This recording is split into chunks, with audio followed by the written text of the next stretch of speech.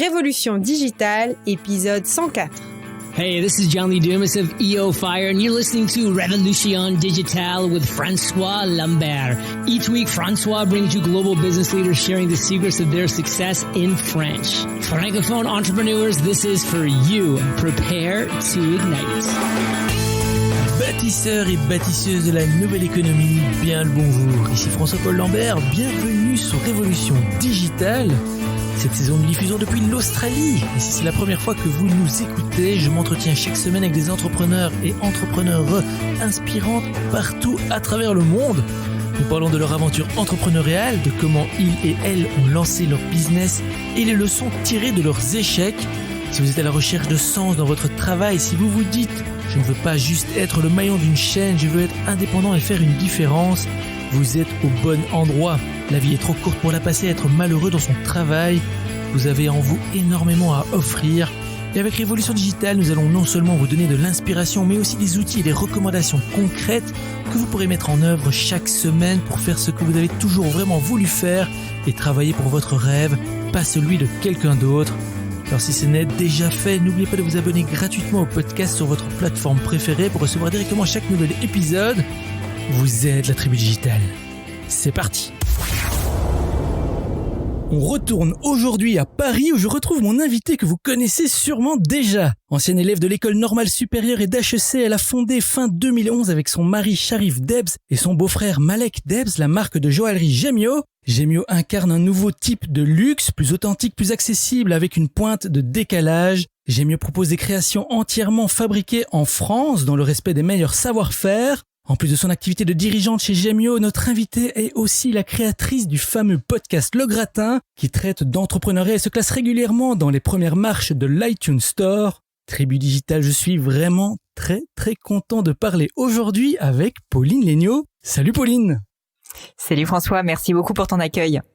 Écoute, merci d'être parmi nous et je sais on s'est couru après pour organiser cette interview et c'est on est d'autant plus content que tu aies pu trouver un peu de temps pour nous. Et Pauline, je suis obligé de te poser cette première petite question de début d'émission. Vas-y. Est-ce que tu es prête à nous inspirer aujourd'hui? Je vais faire tout pour. Je sais pas si je vais y arriver, mais je vais essayer. Écoute, tu en inspires déjà beaucoup à travers de ton podcast et à travers de ta marque et on a fait vraiment une toute petite bio de qui tu es ici en introduction. Est-ce que tu pourrais peut-être nous donner un petit aperçu de ta vie personnelle, peut-être une anecdote, quelque chose que l'on ne sait pas sur toi? C'est une bonne question. Il y a pas mal de choses qu'on ne sait pas sur moi et pourtant je communique quand même beaucoup sur ma vie perso, que ce soit dans le podcast, sur mes réseaux sociaux.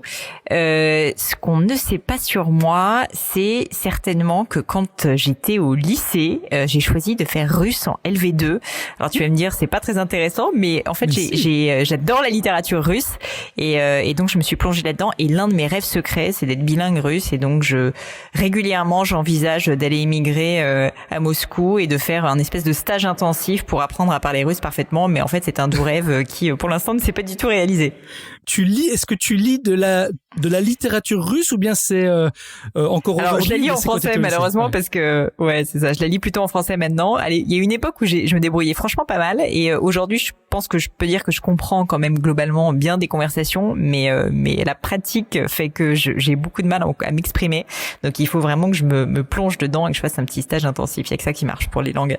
Écoute, figure-toi que j'imagine c'est peut-être le cas aussi avec ton podcast, mais on a une certaine audience, pas très grande, mais on a une audience en Russie. Alors je suis obligé de te demander de leur dire bonjour en russe, si tu peux le faire. Oui, tout à fait. Qu'est-ce que je vais pouvoir dire? Меня зовут Полина, et я училась русский язык в школе. Donc j'ai dit, je m'appelle Pauline et j'ai étudié le russe à l'école. Oh là là, avec l'accent et tout. Tribu digitale, communauté russe, voilà. Vous pouvez dorénavant vous exprimer en russe avec Pauline Legnaud. Si vous allez écouter son podcast et vous lui laissez un petit message en russe, elle vous répondra en russe. Merci pour cette petite anecdote. Malheureusement pas, mais voilà. Non, mais bon, tu diras bonjour. Tu pourras au moins répondre à ça. Écoute, c'est une super anecdote. Moi, j'adore ça. Et justement, embrayons tout de suite sur ton projet, sur Gemio. On parlera aussi un peu de ton podcast Le Gratin également. Est-ce que tu peux nous expliquer un peu, pour ceux qui, à tout hasard, ne connaîtraient pas Gemio, qu'est-ce que c'est? Comment tu génères tes revenus avec cette entreprise? Pourquoi tu as choisi cette voie, ce business model? Alors écoute, le business model est assez simple au final. C'est une marque qui vend des objets qui sont des bijoux. Donc en fait, le business model, il est simple. En fait, c'est tout simplement que nous avons des clients qui achètent nos bijoux. La petite particularité quand même du business model de Gemio, c'est que quand les gens achètent nos bijoux, ceux-ci en général n'ont pas encore été réalisés. Ils n'existent pas encore. Je m'explique. Tout l'intérêt du business model de Gemio, c'est qu'on est un site online et que les bijoux que vous voyez sont des bijoux qui sont des photos, des images de synthèse, et les bijoux sont réalisés seulement une fois que la commande a été passée. Donc on fabrique les bijoux vraiment sur mesure pour les clients. L'intérêt, il est multiple. Le premier, c'est qu'en fait, on n'a pas les stocks qui coûtent normalement très cher en joaillerie, donc ça nous permet tout simplement de proposer un meilleur rapport qualité-prix parce qu'on n'a pas tous ces coûts-là en fait à répertorier sur les clients. Et deuxièmement, au niveau du choix, en fait, comme le client peut choisir ce qu'il souhaite puisqu'on va le fabriquer sur mesure, on peut lui proposer tout autant du saphir, de l'émeraude, du rubis, du diamant, de l'or blanc. Et donc en fait, il y a un choix qui est beaucoup plus important que dans une joaillerie traditionnelle parce que comme on n'a pas ce stock à porter, on peut vraiment laisser la liberté aux clients. Donc ça, c'est le business model. Et assez simplement, si tu veux, notre chiffre d'affaires, en fait, il est généré tout simplement par les achats des clients. Et alors, comment ça fonctionne concrètement? On s'inscrit sur le site internet, est-ce que vous avez développé une application web spécialement pour ça? Comment ça fonctionne? Alors il y a pas d'inscription, etc. C'est vraiment un site internet, donc gemio.com. Tu vas dessus, il y a des bijoux qui te plaisent, tu peux aller dessus, tu peux aller farfouiller. Et en fait, sur toutes les images des bijoux, quand il y en a un spécifiquement qui va t'intéresser, tu vas pouvoir vraiment t'amuser à choisir la pierre, le métal. En général, on a autour de 15 pierres différentes et on a 6 métaux. Donc ça permet quand même d'avoir beaucoup de choix. Une fois que tu as choisi ta pierre, ton métal, tu peux choisir ta taille de doigt dans le cas d'une bague, tu peux faire graver le bijou. Donc on va assez loin dans la personnalisation, dans la customisation. Et ensuite, une fois que tu es prêt, tu peux passer commande. Évidemment, on a énormément de ressources aussi d'aide pour choisir sa bague de fiançailles, des conseils. On a notre service client qui est toujours disponible via chat, téléphone, via nos boutiques maintenant aussi. Et donc une fois qu'en gros toutes tes questions ont été répondues, tu vas pouvoir passer commande. Tu passes commande et là, on lance vraiment la fabrication de ton bijou. Ce qui est assez sympa d'ailleurs, c'est qu'on va t'informer à toutes les étapes de la fabrication parce que c'est vraiment une fabrication en temps réel et donc tu vas être informé par mail de la fonte du métal précieux, du fait qu'on va sertir les pierres, etc. Donc c'est vrai que c'est un peu différent comme approche, c'est vraiment du sur-mesure et c'est ça aussi qui plaît à nos clients parce que la joaillerie c'est quand même très particulier, c'est quand même lié à des moments de vie, c'est lié à des occasions qui sont importantes, le mariage, les anniversaires et donc si tu veux c'est souvent quelque chose qui est très symbolique et donc le fait de pas avoir le même bijou que son voisin, sa copine, etc. Ça fait une vraie différence. C'est ça en fait qui fait que ça rend quand même l'objet assez unique. Non, c'est vraiment un super concept. Et je me demandais, est-ce que vous livrez partout dans le monde ou bien c'est vraiment juste pour la France ou l'Union européenne? Tout à fait. Et alors, tu vois, dans les anecdotes que je raconte peu, j'aurais pu te dire celle-là plus spécifiquement sur Gemio. On livre partout dans le monde. Alors, la livraison est offerte partout en Europe pour des raisons notamment de douane. Elle coûte un petit peu plus cher quand on est à l'international, mais bon, en général, c'est une trentaine d'euros. Enfin, c'est pas non plus des sommes mirobolantes en plus. Après, pour l'anecdote, on a déjà livré même en Antarctique. C'était assez rigolo comme histoire. C'était un type qui était un scientifique basé en Antarctique et qui devait se fiancer, enfin, qui souhaitait se fiancer avec une autre scientifique également basé en Antarctique, qui a passé commande chez nous et donc on a dû expédier le bijou là-bas. Je peux te dire que c'était assez compliqué et c'est là que tu te rends compte qu'être e-commerçant c'est pas tous les jours simple parce que faire envoyer un bijou avec en plus les questions de valeur etc. au fin fond de l'Antarctique, ça a été un peu un branle-bas de combat, mais ça s'est bien passé et puis d'ailleurs il nous avait même envoyé une photo assez marrante de tu sais complètement emmitouflé avec la bague de fiançailles, c'était très sympa. Et vous l'avez fait, et c'est ça qui est le plus fou. Et je pense que nos amis scientifiques se reconnaîtront. Livraison de bijoux par sous-marin ou j'imagine par avion ou par bateau. Mais waouh, ça c'est une autre anecdote qui est vraiment sympa. Et parce que j'allais dire oui, amis russes, voilà, vous saurez que vous aussi vous pouvez obtenir vos bijoux Gemio. Et aussi en Australie, mais alors en Antarctique. Super anecdote. Et voilà, je voulais aussi en profiter parce que tu parlais du fait que ces bijoux sont pour des occasions, tu parlais de mariage, des scientifiques là, et Bon, tu vas me dire ça n'a rien à voir, mais je voulais quand même poser la question. Je vois ce petit chat rose partout, on les voit sur la pub, on les voit sur tes profils, etc. C'est qui? D'où il vient ce petit chat? Alors ce chat, il vient du fait on était une marque, mais on savait qu'il fallait qu'on marque un grand coup, qu'on frappe fort pour se faire reconnaître, pour se faire connaître. Tout simplement parce qu'en fait, une marque de joaillerie, très souvent, la manière dont ça se passe quand tu achètes un bijou, c'est soit tu peux faire un search sur Google, mais souvent, en fait, tu as besoin d'être dans le top of mind. C'est-à-dire que tu te dis, OK, je vais acheter une bague de fiançailles, je vais acheter un bijou pour mon épouse, mon conjoint, etc. Quelles sont les marques de joaillerie que je connais? Et donc, être dans ce top of mind, donc dans les marques que tu vas citer spontanément, c'est hyper important. Mais c'est très difficile parce que on était face à des marques comme Cartier, comme Boucheron, enfin comme des maisons vénérables, tu vois, qui sont là depuis plusieurs centaines d'années. Et donc, on s'est dit, il faut vraiment qu'on invente quelque chose de tellement marquant que ça va faire parler de nous et qu'on va se faire reconnaître. Et on a eu une idée qui était qu'à l'époque, il y avait cette pub que tu as peut-être vue avec Cartier qui avait fait une très très belle vidéo tout en images de synthèse avec la panthère de Cartier, la célèbre panthère qui se baladait sur les toits de Paris. C'est une vidéo dont on a énormément parlé parce qu'elle a coûté, je crois, plus de 3 millions d'euros à réaliser. Enfin, ça a été vraiment un ovni, tu vois, en termes publicitaires.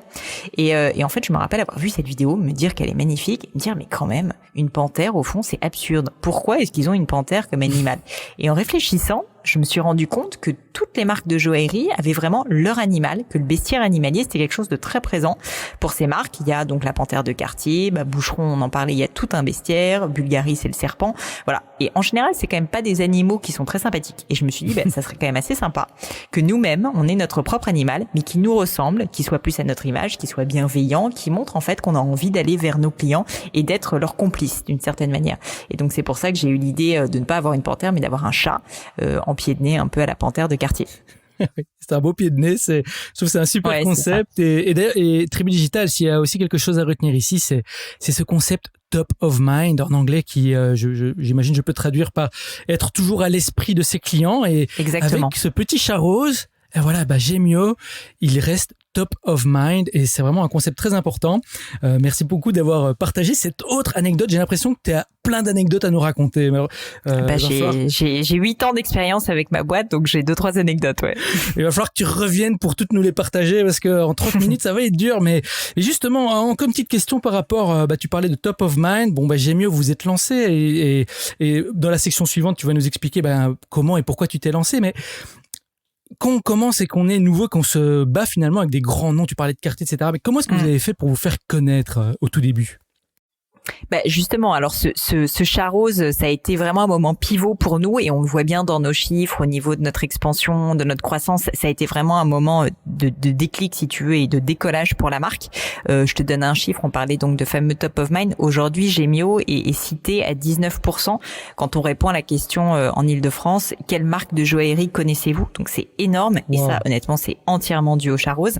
Donc ça a joué et le conseil que je peux donner d'ailleurs aux personnes qui nous écoutent, c'est souvent quand on fait des campagnes, que ce soit d'affichage digital, etc., on veut toujours bien faire. On veut parler de sa marque, de son produit, etc. La réalité, c'est que les gens, ils ont pas beaucoup de temps de cerveau disponible. Donc, en fait, il faut avant tout être marquant. Il faut se faire remarquer, il faut être remarquable, c'est ce que je dis souvent. Et ce chat rose, la raison pour laquelle ça a marché, au-delà du concept que je t'ai expliqué, c'est juste qu'en fait, un chat rose en 4x3 dans le métro, ça s'était jamais vu, c'était hyper marquant et que les gens se prenaient en photo. Et donc, c'est ça qui a fait que ça a décollé et que ça a été vraiment vu et que c'est resté, si tu veux, dans les esprits. Mais au début, évidemment, on n'avait pas d'argent, donc on n'a pas fait de campagne d'affichage. On a commencé un peu comme tout le monde sur le web et notamment, on a été l'un des premiers à vraiment investir beaucoup sur tout ce qui était SEO, donc l'optimisation en fait des recherches organiques sur Google, parce que dans le secteur de la joaillerie, il y a quand même beaucoup de gens qui tapent sur Internet bague de fiançailles, alliance de mariage, bijoux, juste pour se renseigner. Et donc, on a très très tôt en fait commencé à faire ça. L'avantage de ça, c'est que c'est gratuit. Après, ça prend du temps, donc on a passé un petit peu de temps à faire ça. Et le deuxième avantage de ça, c'est qu'une fois que tu l'as fait, disons que ça reste. Évidemment, les algorithmes, ils changent, Google change, etc. Mais néanmoins, ce que tu mets en place, c'est quand même un travail de longue haleine, mais qui est là pour durer. Donc, c'est un conseil que je peux donner aux personnes qui se lancent, c'est de pas négliger le SEO et le search si jamais ils sont sur des produits qui peuvent être recherchés. Et d'ailleurs, que ça soit sur Google ou sur YouTube, il y a aussi du search, etc. Ouais. Non, c'est vraiment des super conseils. Être remarquable, tout d'abord, on en a parlé avec Top of Mind, mais aussi de pas négliger la SEO, surtout si votre business est en ligne. Et de toute façon, aujourd'hui, à l'ère du digital, on ne peut plus vraiment se passer de cet outil pour pour mettre en valeur ou pour se faire connaître. Et justement, un autre truc que j'adore avec J'aime mieux, c'est que tu as cofondé J'aime mieux avec ton mari et ton beau-frère. Alors, ici, on est très curieux à Révolution Digitale parce que Hélène et moi, nous-mêmes, on travaille en couple et on a beaucoup de membres de notre audience qui sont aussi des couples ou qui sont en famille. Et tout le monde se demande comment est-ce que ça se passe, le travail en couple, surtout dans une société comme la vôtre. Tu vas pouvoir répondre à cette question aussi, je pense, mais ça se passe bien.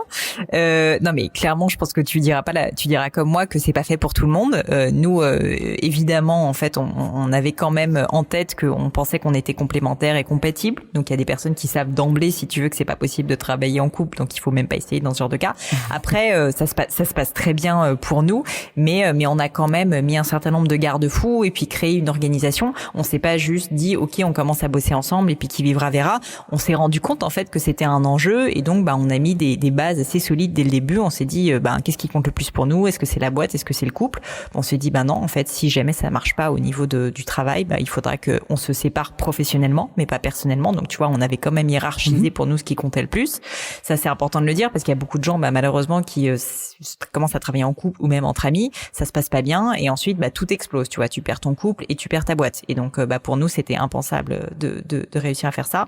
Et la deuxième chose, c'est que ensuite on s'est quand même vraiment réparti les rôles et réparti les rôles pas en mode t'as pas le droit de faire ça et de regarder ce que je fais, mais plus en mode ok, quelles sont objectivement nos compétences, qu'est-ce qui nous intéresse le plus, où est-ce qu'on pense qu'on peut apporter le plus de valeur et qu'on essaye de se répartir les rôles intelligemment de telle sorte qu'il y en ait un qui est entre guillemets le dernier mot dans un domaine ou dans l'autre, et ce qui fait qu'on est très complémentaires et qu'on se fait confiance. Donc ça fonctionne très bien comme ça, mais c'est vrai que je pense qu'il faut avoir cette conversation assez tôt dans le processus de l'aventure parce que sinon après tu peux te retrouver à chacun, tu vas travailler un peu en même temps sur les mêmes sujets, et d'ailleurs ça vaut en couple et dans une organisation, une association lambda. C'est tout à fait ça. Mais je pense que c'est important. Non, c'est vraiment génial. Et qu'est-ce qui est le plus difficile selon toi dans la gestion de cette relation professionnelle, personnelle? Ce que je trouve assez difficile au final, mais c'est l'avantage et l'inconvénient de cette relation, c'est que t'as beaucoup de mal à couper parce que tu parles tout le temps de boulot, que quand tu rentres chez toi tu parles de boulot, que si jamais tu es en vacances et que tu parles pas de boulot et que je sais pas, tu t'engueules pour des raisons personnelles qui n'ont strictement rien à voir avec ta boîte, quand tu dois rentrer, c'est pas facile de couper et de faire la part des choses. Donc c'est le fait que tout soit mêlé évidemment qui est très difficile, et c'est pour ça que je pense que c'est très très important de en permanence essayer de garder en tête quelles sont tes priorités, quelles sont les choses qui comptent pour toi, d'essayer d'avoir du recul sur le fait que t'as ton couple, t'as ta vie professionnelle, que si jamais ça se passe pas bien dans la vie professionnelle, c'est pas grave et qu'il y aura pas mort d'homme et qu'il faut s'en sortir.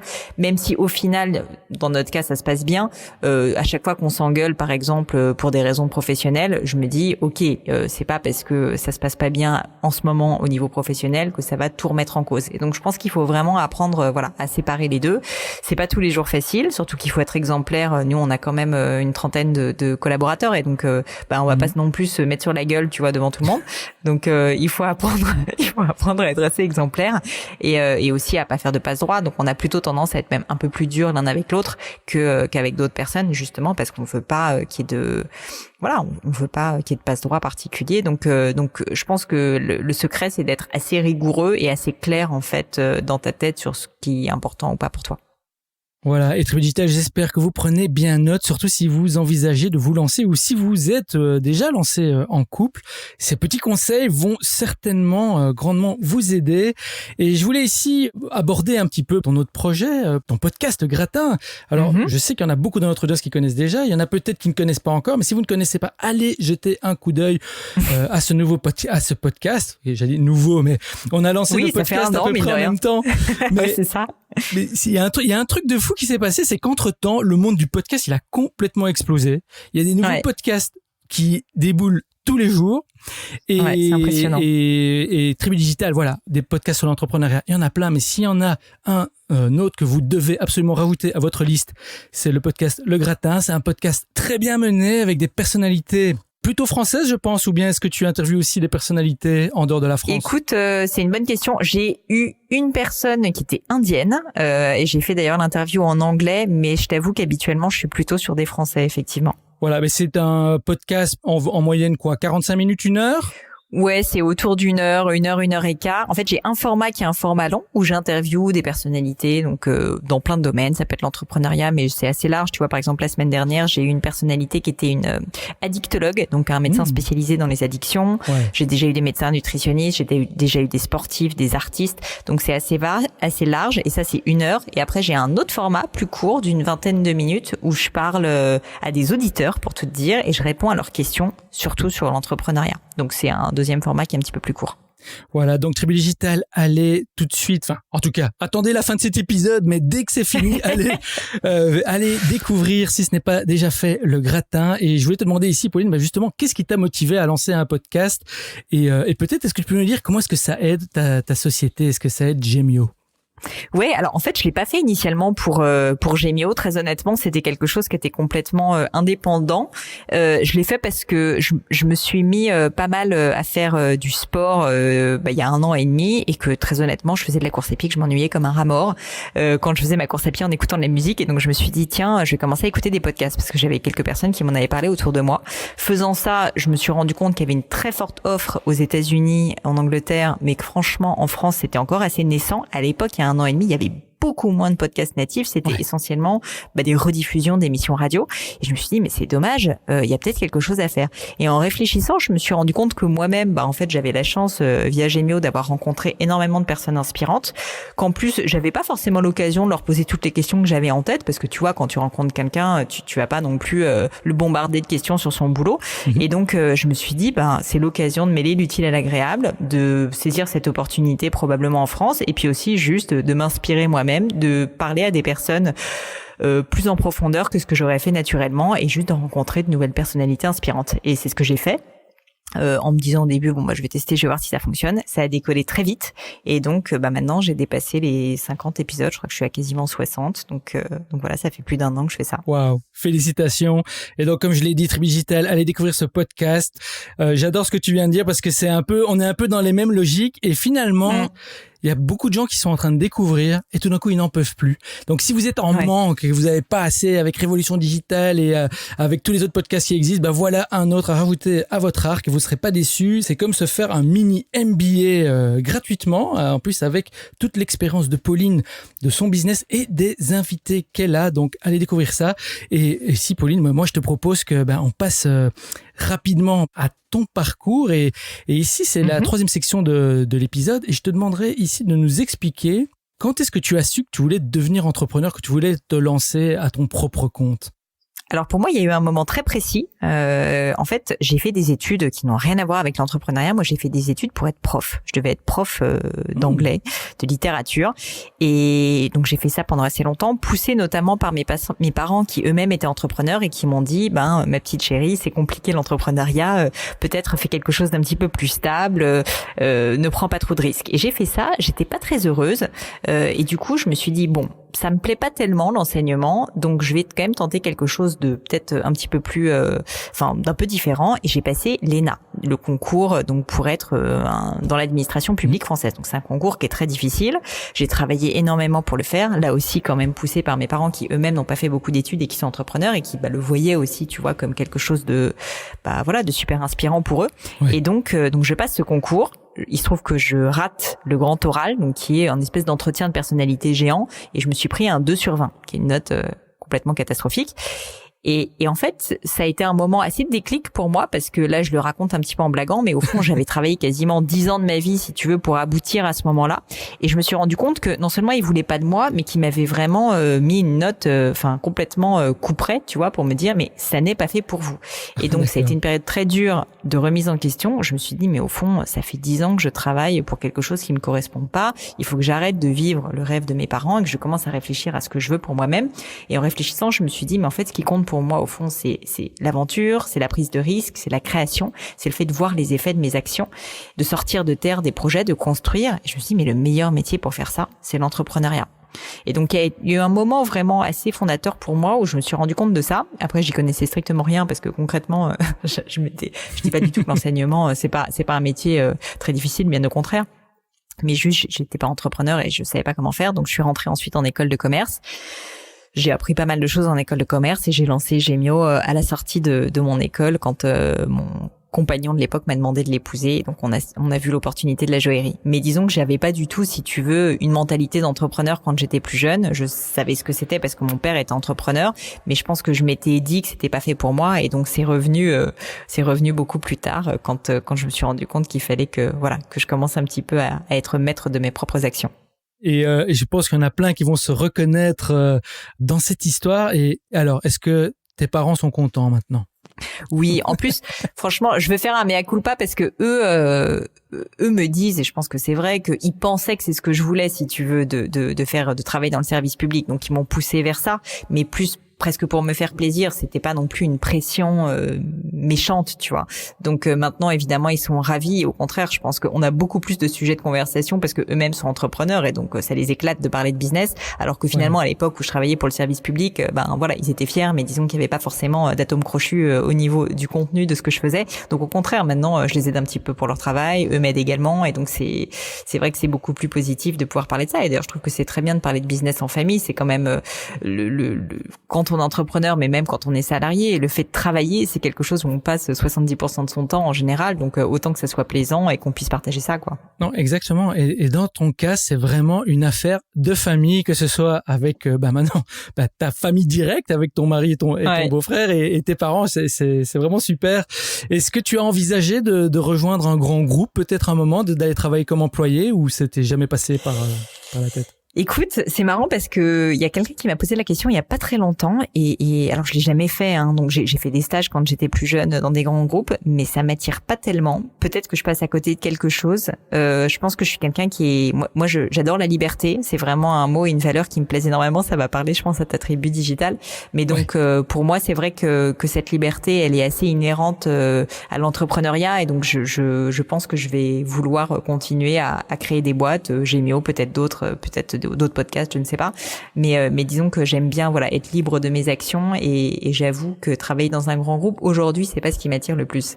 Voilà. Non, mais j'adore cette réponse parce que, comme tu le dis, ici dans Révolution Digitale, nous, on met vraiment, on essaie en tout cas de mettre en avant l'entrepreneuriat comme une carrière qui est aussi digne que celle d'être employé. Et je sais que en France, par exemple, la culture de l'entrepreneuriat est différente que dans un pays comme les États-Unis, par exemple, ou que le Canada.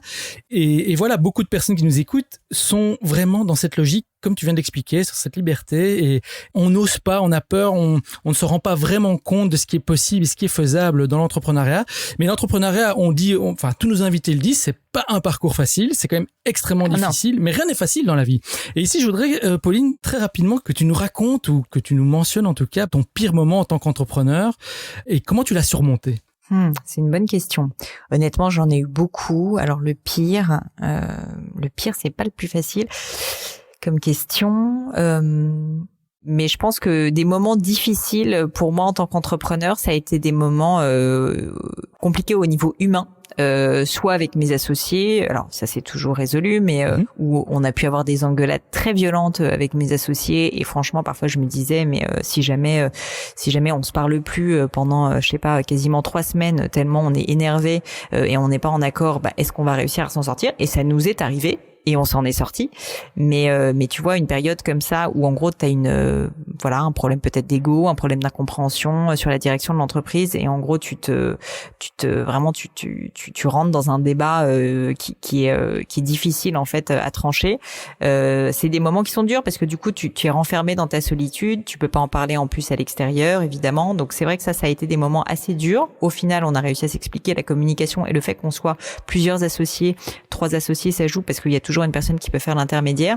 Donc ça, c'est, je pense, aussi quelque chose qui a beaucoup compté en fait pour nous. Il y a eu ça, et puis au niveau humain, il y a aussi des soucis avec des employés. On a eu évidemment, comme beaucoup d'entrepreneurs, des personnes de très grande qualité qui travaillent pour Gémeo, et on a eu des personnes qui sont pas de mauvaise qualité, mais je veux dire avec lesquelles ça s'est pas bien passé. Et le problème, c'est quand ça se passe mal, parfois il y a des enjeux après d'ego, de personnalité derrière qui sont conseillés, une mentalité qui est pas forcément la bonne, et donc on a eu typiquement, tu vois, je te parle d'un cas qui me vient à l'esprit. On a eu un prud'homme qui est encore en cours. Donc un procès concrètement. D'accord. Sur une clause technique, on va dire, du contrat qui avait été mal rédigée par notre avocat et qui n'est pas une question, si tu veux, qui est vraiment un problème technique qui fait qu'aujourd'hui, c'est vrai qu'il y a un certain nombre il y a des montants très importants en fait qui sont en jeu sur franchement quelque chose qui devrait pas avoir lieu parce que c'est en fait le licenciement de cette personne était complètement normal de notre côté. Je pense que personne n'a doute sur le fait que c'était la bonne chose à faire. Mais comme la clause technique avait été mal réalisée, concrètement, c'est vrai qu'il y a un enjeu au niveau juridique. Et ça, si tu veux, c'est vrai que c'est dur parce que en tant que jeune entrepreneur, tu te dis en fait c'est des personnes qui ont ton âge avec lesquelles tu travailles, c'est des personnes qui sont tes amis quand tu travailles dans l'entreprise et que du jour au lendemain, quand ça se passe mal, en fait il y a un vrai retournement de situation avec pas de la méchanceté, mais en tout cas chacun y voit son avantage.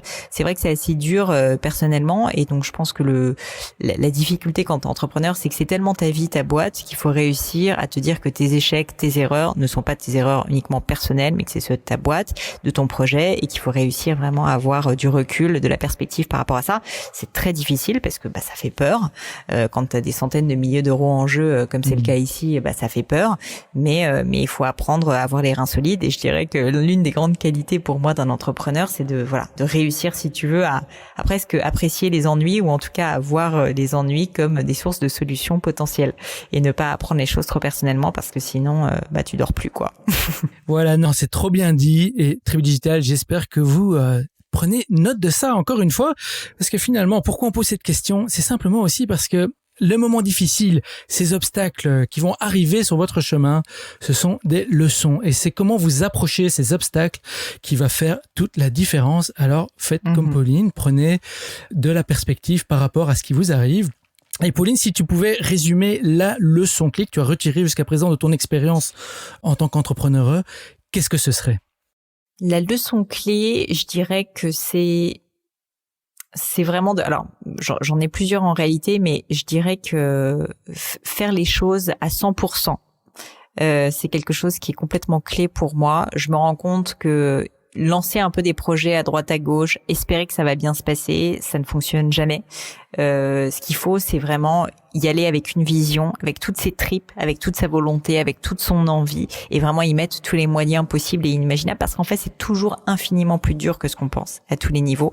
Et donc, si tu le fais pas avec une vraie envie, avec une vraie volonté, en fait, c'est juste trop dur ou trop compliqué de réussir à le faire parce que tu vas pas y dédier assez de temps. Donc, je pense qu'il faut vraiment, quand tu veux lancer un projet, y aller avec toute ton âme, avec toutes tes tripes. Ça, c'est je pense, la première leçon. Et la deuxième, c'est de savoir bien s'entourer. C'est ce que j'ai fait avec mes associés, c'est ce que j'ai fait avec le podcast. Ça, pour moi, c'est absolument clé. Il y a beaucoup d'entrepreneurs qui sont seuls, qui restent seuls. Et c'est pas parce que tu crées une boîte tout seul que tu ne peux pas t'entourer. Tu peux avoir des mentors, tu peux avoir des coachs. C'est quelque chose que les gens font pas assez. Tu peux, juste discuter avec des personnes qui, comme toi, ont créé des entreprises dans des groupes de pairs. Je pense que c'est vraiment très important quand on est entrepreneur de s'entourer, de discuter, de communiquer, de parler de ses problèmes, tant au niveau juste personnel, de la gestion du stress, de l'emploi du temps, etc., que des conseils pratiques. Donc je pense que ça, c'est le deuxième conseil que je peux donner, et moi je le vois bien avec le gratin, ça m'aide énormément. Voilà, Tribu Digital, ne faites pas les choses à moitié. Allez-y à 100%, soyez engagés dans votre projet, et surtout, soyez bien entourés. Et aujourd'hui, vous êtes bien entourés, vous êtes avec Pauline Léniaud de Gemio. Et Pauline, on arrive bientôt à la fin de l'épisode, et ici, en général, j'emmène mes invités dans une petite pause, une pause café ou une pause cocktail ou une pause mocktail. C'est toi qui choisis. Ensuite, on s'installe et je te pose une série de questions en rafale. Alors, que préfères-tu ? Écoute, comme il est encore un peu tôt à Paris, je te propose la pause café. Écoute, pause café et croissant, j'imagine. Alors, si on est à Paris, exactement. Pause café, c'est parfait. Alors ici, on se retrouve dans un coffee shop. L'ambiance est chaleureuse et productive. Il y a un buzz de ville animé. Les arômes torréfiés du café nous gardent éveillés. On est ici pour travailler, mais aussi pour faire une pause et réfléchir sur le futur. Alors, Pauline, que prends-tu comme café ou comme thé d'ailleurs ? Eh bien, je prends un café noir sans sucre allongé. Café noir sans sucre allongé, tu sais ce que tu prends. Je te suis, c'est parti.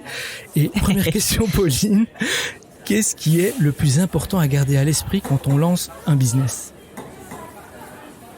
Les clients, évidemment. Ça sert à rien de lancer un business si on n'a pas de clients, donc il faut en permanence se poser la question de qui est mon client ? qu'est-ce qui va vraiment lui apporter de la valeur et en permanence leur parler à leurs clients. Je vois trop d'entrepreneurs qui se lancent dans un business en réfléchissant théoriquement à un business model, en faisant des BP, en réfléchissant à des levées de fonds. Mais ce qui compte, c'est juste de vendre à des clients. Donc ça, c'est quelque chose qui est hyper clé, qu'on a, je pense, plutôt bien fait chez Gemio parce que notre premier milestone, notre première deadline, si tu veux, quand on a lancé la boîte, c'était de se dire on veut 5 clients. Et donc, on a été les chercher avec les dents. Et non seulement on a été les chercher avec les dents, mais on a essayé de comprendre qui ils étaient, ce qu'ils voulaient, ce qui leur plaisait, ce qui leur plaisait pas. Donc vraiment garder toujours à l'esprit le fait qu'il faut très très bien connaître ses clients. Si tu devais recommander un livre pratique, quel serait-il et pourquoi ?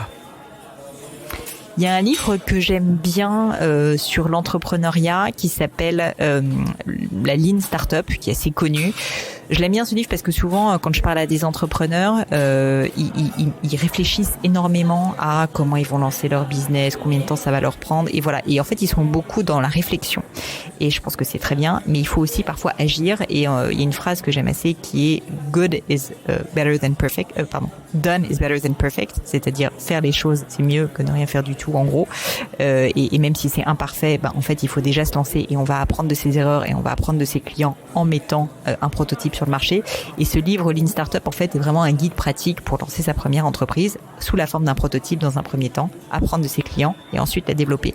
Et donc, pour les personnes qui sont complètement perdues et qui savent pas du tout comment lancer leur boîte, je pense que c'est un bon premier livre pratique. Voilà, Lean Startup de Eric Ries. Et j'adore cette expression "Done is better than perfect" en anglais. Quels outils ou applis, productivité ou autres technologiques ou pas, utilises-tu régulièrement ? Alors j'en utilise pas mal. Il y en a une que j'utilise beaucoup, notamment dans ma gestion des mails, qui s'appelle Boomerang, qui est une extension Chrome qui me permet de planifier des mails à l'avance, de relancer des personnes. Enfin, vraiment, ça me permet, si tu veux, d'automatiser tout un certain nombre de choses de ma boîte mail. Comme je reçois beaucoup de mails, c'est bien. Ça me permet aussi de mettre ma boîte mail en pause, ce qui est super pour faire des travaux de fond. Typiquement, quand je me dis, ok, il faut que je consacre 2 heures à tel projet, plutôt que d'avoir le réflexe entre guillemets toutes les 5 minutes d'aller regarder mes nouveaux mails entrants, je vais mettre ma boîte en pause et donc je sais que je vais pas être dérangée. Ça me force, si tu veux, à me concentrer sur des travaux de fond. Donc cette appli Boomerang est plutôt pas mal. Il y en a une deuxième que je peux recommander qui est assez simple et assez connue, mais je vais la dire quand même. C'est Evernote qui permet de prendre pas mal de notes. Moi, je suis quelqu'un qui prend beaucoup de notes sur des lectures, sur des rencontres que je fais dans le cadre de mes podcasts. C'est ce que j'utilise par exemple. Et donc j'ai tout un certain nombre de dossiers Evernote qui me permet d'organiser, si tu veux, toutes mes notes et de les retrouver très facilement. Alors, qu'est-ce qui t'inspire ou te passionne en ce moment ? Le monde des podcasts me passionne énormément. Le monde du sommeil aussi. Je suis quelqu'un qui a eu des soucis d'insomnie pendant longtemps et donc j'ai un autre livre que je peux recommander qui s'appelle Why We Sleep, Pourquoi nous dormons, de Matthew Walker, que j'ai lu il y a à peu près 6 mois. Et qui m'a beaucoup aidé justement à retrouver un sommeil de meilleure qualité. Donc, et je pense que c'est le nerf de la guerre quand on est entrepreneur parce qu'il faut être bien en forme pendant la journée. Donc ce qui m'inspire, c'est au-delà du monde des podcasts, qui est un univers en très très fort développement et sur lequel je pense qu'il y a beaucoup d'opportunités encore. Tout ce qui est un peu santé, soin de soi et notamment la question du sommeil qui est souvent assez sous-estimé. C'est quelque chose qui m'intéresse beaucoup et que je creuse pas mal en ce moment. Bon, écoute, on attend avec impatience ton prochain podcast sur le sommeil. Ouais, il va falloir. Je serai le premier à l'écouter. Ça va peut-être faire dormir tout le monde. D'accord. Alors, la dernière question la plus difficile. Si tu devais tout recommencer à zéro avec seulement 500 € en poche, que ferais-tu immédiatement avec ces 500 € pour te relancer en affaires ? C'est dur comme question. Là, franchement, tu me rates pas. Et en plus, facile. Tu dois le faire en question flash en 3 phrases, quoi. Ouais, c'est ça. Je pense que je le dépenserais. J'espère que j'aurai un produit à vendre, mais je pense que je le dépenserais avec ce produit en web marketing et notamment en fait en Facebook et Instagram Ads. Parce qu'en fait, je pense qu'aujourd'hui, on peut réellement créer de l'attraction via ces supports-là et de l'attraction très rentable. Donc avec 500 €, en réalité, on peut déjà faire beaucoup de choses en web marketing. Et je pense que surtout, j'aurais pu générer des premiers revenus qui me permettraient ensuite de redépenser et donc de créer, si tu veux, un fonds de roulement positif qui me permettrait de dépenser toujours plus et de m'autofinancer. Donc je pense que si j'avais un produit, je le dépenserais en web marketing tout simplement, de la manière la plus intelligente possible, j'espère, mais en me permettant de me renchérir. Voilà, Tribu Digital, vous n'avez aucune excuse avec des conseils pareils. Vous devez vous lancer maintenant. Pauline, vraiment, merci beaucoup. On est arrivé à la fin de l'épisode. Alors, pour le mot de la fin, que dirais-tu à nos auditeurs et auditrices de la tribu qui hésitent encore à se lancer ou bien qui se sentent bloqués? Si tu avais un tout dernier conseil à leur donner, quel serait-il? Le conseil, c'est simple. C'est mettez-vous une deadline. Dans la vie, il n'y a pas de secret. On peut beaucoup réfléchir à quelque chose, mais si jamais on se force pas, il faut savoir que l'homme est feignant de base. Eh bien, on ne fait jamais rien. Moi, quand j'ai créé le podcast du gratin, ou même quand on a créé Gemio, en fait, on s'est juste fixé une deadline et c'est pour ça qu'on l'a fait. On a dit, pour le podcast du gratin, j'ai eu l'idée en janvier. Je me suis dit, ok, le 28 février, il faut que mon premier épisode sorte. Et c'est ce que j'ai fait. Et quand je dis créer une deadline, c'est pas juste le dire en l'air, c'est le dire à ses amis, le dire à son entourage, communiquer dessus, vraiment se créer une deadline forte, se forcer à faire les choses pour avancer. Et ça, c'est, je pense, un conseil qui fonctionnera tant au début d'une histoire entrepreneuriale que même après des années. Voilà, mettez-vous une deadline, une vraie deadline, Tribu Digital, tout est dit. Pauline, vraiment, merci encore une fois de nous avoir fait l'honneur de nous rejoindre. Et avant de nous quitter, dis-nous peut-être comment on peut rester en contact avec toi sur les réseaux sociaux ou ailleurs. Et si tu as une annonce à faire, la Tribu Digital t'écoute. Écoute François, déjà je voulais te remercier pour ton temps. Félicitations à toi. En plus à distance, c'est pas facile, mais je trouve que tu arrives à créer un vrai contact hyper agréable avec ton audience et puis avec ton invité. Donc merci à toi et un grand bravo. Écoute, pour me retrouver sur les réseaux sociaux, c'est simple. Vous pouvez me retrouver. Mon pseudo est toujours Pléniau, donc P-L-A-I-G-N-E-A-U, notamment sur Instagram, sur Twitter, sur Facebook, sur LinkedIn. Je suis plutôt à Pauline Léniaud. Et donc vous pouvez me contacter directement sur ces réseaux. Sinon, c'est sur le gratin, donc qui se trouve sur toutes les applis de podcast et via le site de Gemio, www.gemio.com. Et voilà, merci à toi surtout. Et puis j'espère qu'on se reparlera bientôt. J'en suis sûr. Et Tribu Digital, vous venez, d'entendre Pauline Léniaud partager avec vous son expérience et ses conseils. C'est à vous de jouer maintenant. Alors, rejoignez-nous bien évidemment sur révolutiondigitale.fr et tapez Pauline dans la barre de recherche. Vous aurez accès à sa page dédiée avec toutes les informations et les références dont nous avons parlé aujourd'hui. Et bien sûr, n'oubliez pas de visiter la page de Pauline, la page Gemio en tout cas déjà pour commencer sur www.gemio.com. Abonnez-vous tout de suite à son podcast Le Gratin et allez la suivre sur ses réseaux sociaux, Twitter, Facebook, Instagram, LinkedIn. On mettra aussi tous les liens sur la page de Pauline. Pauline, vraiment merci d'avoir partagé ton aventure avec nous. Moi, je te dis au revoir et je te retrouve en backstage. À bientôt. Voilà, Tribu Digital, j'espère que vous avez aimé notre entrevue avec Pauline.